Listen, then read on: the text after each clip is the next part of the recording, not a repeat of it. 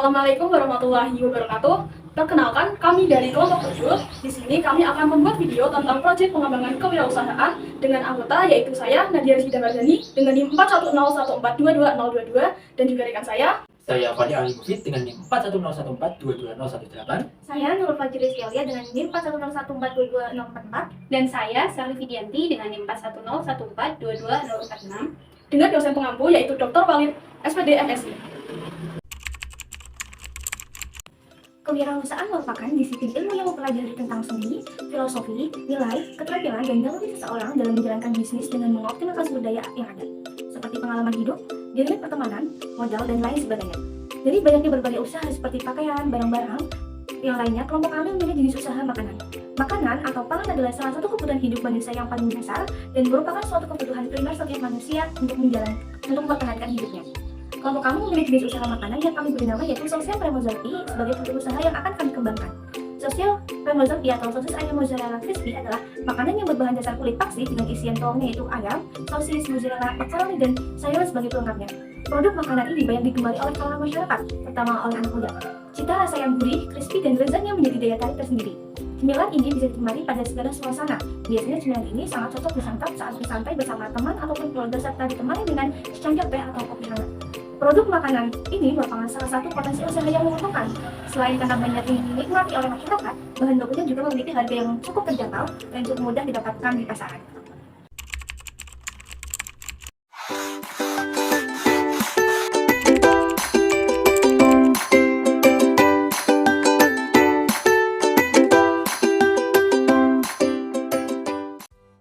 Ini adalah bahan yang kita butuhkan untuk membuat sosial premozarti. Kulit pangsit, ayam, sosis, makaroni, buncis, wortel, bawang bombay dan bawang merah, kecap, garam, lada, saus tiram dan penyedap rasa, tepung terigu, tepung panir dan keju mozzarella, minyak dan saus pedas. Selanjutnya kita akan masuk ke tahap pembuatan.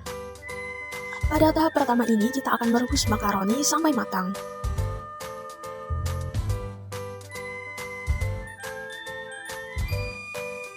Jika makaroni sudah matang, bisa kita angkat dan tiriskan.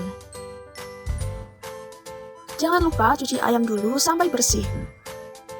Selanjutnya, rebus juga ayam sampai matang.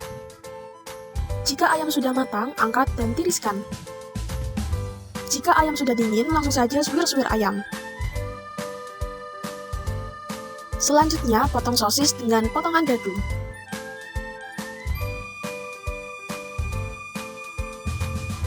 Selanjutnya, cuci bersih semua sayuran yang ada, kemudian potong-potong bawang merah, bawang bombay, buncis, dan wortel.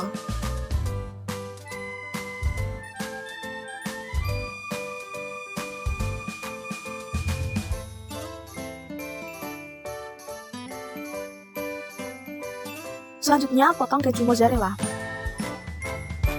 Selanjutnya, kita akan memasak isiannya. Nah, di sini kita bisa langsung saja menumis bawang-bawangan dengan sedikit minyak hingga mengeluarkan bau harum.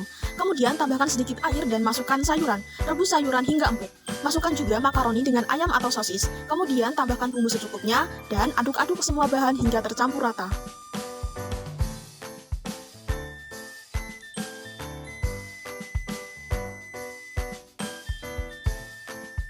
Selanjutnya, pindahkan isian ke piring jika sudah matang.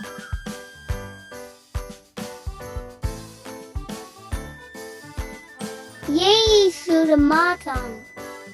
Selanjutnya, masukkan isian ke kulit pangsit, kemudian tambahkan keju mozzarella dan lipat hingga membentuk segitiga.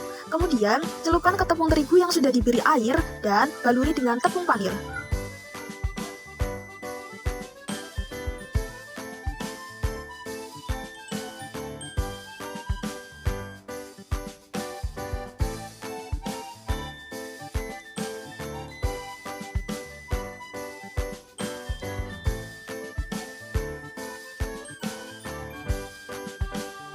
Selanjutnya, kita goreng hingga matang.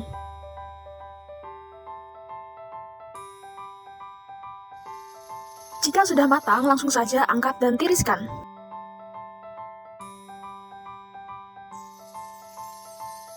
Jangan lupa dikemas dengan mika dan tambahkan label produk. 1 mika berisi 2 buah produk dan 1 saus pedas.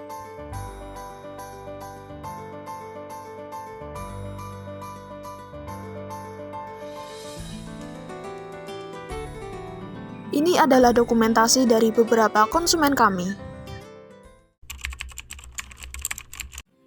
Selanjutnya yaitu makna dari produk. Adapun logo produk kami itu tertera seperti pada gambar di samping.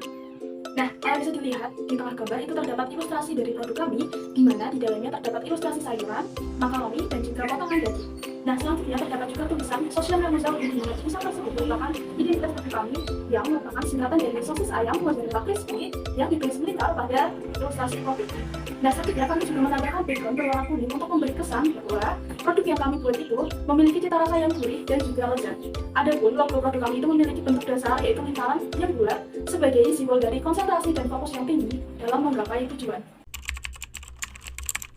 Kemudian, metode pemasaran yang kami gunakan untuk memasarkan produk kami yang pertama yaitu metode pemasaran pre-order. Pada metode pemasaran pre-order, kami akan menawarkan produk kami terlebih dahulu kepada teman-teman dan juga lingkungan sekitar. Juga kami mempromosikannya melalui media online seperti WhatsApp. Kami menawarkan 3 pilihan paket yang bisa dipilih oleh pembeli, yaitu paket 1 yang berisi 2 biji isian makaroni ayam, paket 2 yang berisi 2 biji isian makaroni sosis, dan paket 3 yang berisi 1 biji isian makaroni ayam dan 1 biji isian makaroni sosis. Kemudian, kami akan membuat produk sesuai pesanan. Kemudian metode pemasaran yang kedua yaitu menitipkan di warung. Kami akan menitipkan produk kami kepada salah satu warung di Jalan Roro Jonggrang Timur, 1 Manyaran, tepatnya di Semarang Barat. Kami biasanya menitipkan produk kami semuanya yaitu paket 3.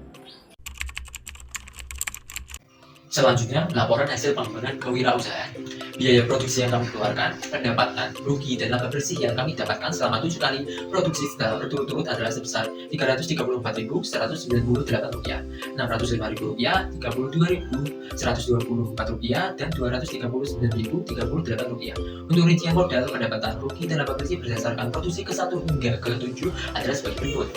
Untuk produksi serta penjualan pertama kami mengeluarkan modal sebesar Rp49.130, mendapatkan pendapatan sebesar Rp90.000 dan memperoleh kerugian Rp4.913, sehingga kami mendapatkan laba bersih sebesar Rp35.959. Untuk produksi serta penjualan kedua kami mengeluarkan modal sebesar Rp50.534, mendapatkan pendapatan sebesar Rp95.000 dan memperoleh kerugian Rp2.526, sehingga kami mendapatkan laba bersih sebesar Rp41.940. Untuk produksi serta penjualan ketiga kami mengeluarkan modal sebesar Rp54.265, mendapatkan pendapatan sebesar Rp100.000 dan memperoleh kerugian Rp4.933, sehingga kami mendapatkan laba bersih sebesar Rp40.802. Untuk produksi serta penjualan keempat kami mengeluarkan modal sebesar Rp51.661, mendapatkan pendapatan sebesar Rp95.000 dan memperoleh kerugian Rp4.920, sehingga kami mendapatkan laba bersih sebesar Rp38.419. Untuk produksi serta penjualan kelima kami mengeluarkan modal sebesar Rp44.380, mendapatkan sebesar Rp75.000 dan memperoleh kerugian Rp7.397, sehingga kami mendapatkan laba bersih sebesar Rp23.223. Untuk produksi serta penjualan keenam kami mengeluarkan modal sebesar Rp44.768, mendapatkan pendapatan sebesar Rp85.000 dan memperoleh kerugian Rp2.487, sehingga kami mendapatkan laba bersih sebesar Rp37.745. Untuk produksi serta penjualan ketujuh kami mengeluarkan modal sebesar Rp37.100, mendapatkan pendapatan sebesar Rp65.000 dan memperoleh kerugian Rp4.948, sehingga kami mendapatkan laba bersih sebesar Rp22.952.